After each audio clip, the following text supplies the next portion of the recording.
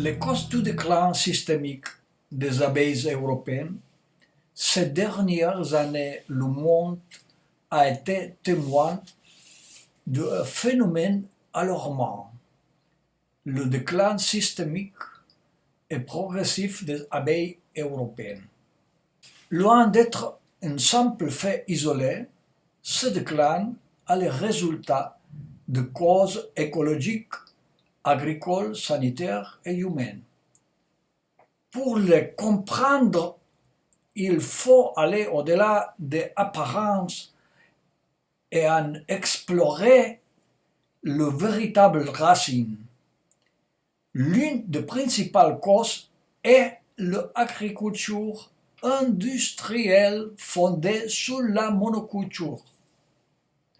Les grandes surfaces de culture unique appauvrissent non seulement le sol, mais privent aussi les abeilles de la diversité des plantes indigènes et rurales essentielles à leur nutrition complète.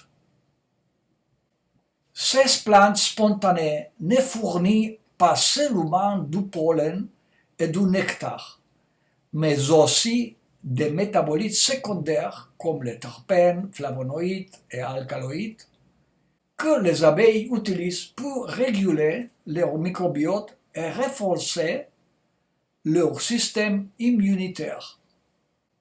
À cela s'ajoute l'usage généralisé de pesticides, notamment le néonicotinoïde, qui altère le système nerveux central des abeilles. Mais ils ne sont pas seuls herbicides, fongicides, acaricides et autres produits chimiques agricoles s'accumulent dans l'environnement, dans les plantes, dans l'eau et dans le corps des abeilles, les affaiblissant peu à peu. Un facteur peu connu, mais tout aussi préoccupant. Les abeilles butinent parfois les excréments de bétail traités avec des antibiotiques. En été, ils collectent des sels à des minéraux, mais aussi si bétail a reçu de tétracycline, si le bétail a reçu de tétracycline, pénicilline ou sulfamide, des résidus qui modifient profondément leur microbiote intestinal, rendant les colonies plus sensibles à des malades comme Nosema, SPSP ou à des infections virales. À tout cela s'ajoute un facteur fondamental, la manière dont les humains exercent l'apiculture. Le prélèvement excessif du miel, laissant peu à peu des réserves pour l'hiver, oblige les apiculteurs à nourrir les abeilles avec du sirop de sucre ou de glucose. Cette alimentation artificielle dépourvue de composants bioactifs présents dans le miel déséquilibre leur métabolisme et leur microbiote symbiotique. La colonie entre alors dans un cycle de stress métabolique et de fragilité immunitaire.